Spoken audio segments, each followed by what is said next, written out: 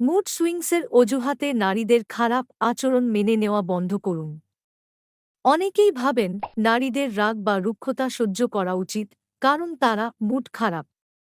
কিন্তু আসল সত্য হল এটি অপরিপক্কতার লক্ষণ।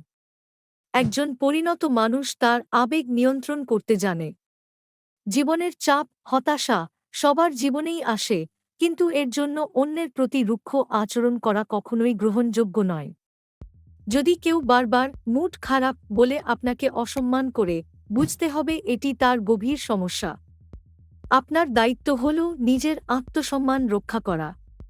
পরিষ্কার সীমা নির্ধারণ করুন এবং তাকে জানান, এই আচরণ মেনে নেওয়া সম্ভব নয়। যদি সে পরিবর্তন করতে না চায়, আপনাকে নিজেকে রক্ষা করতে হবে। মনে রাখবেন, খারাপ আচরণ শুধু সম্পর্ক নয়, পুরো পরিবারকেও ধ্বংস করে।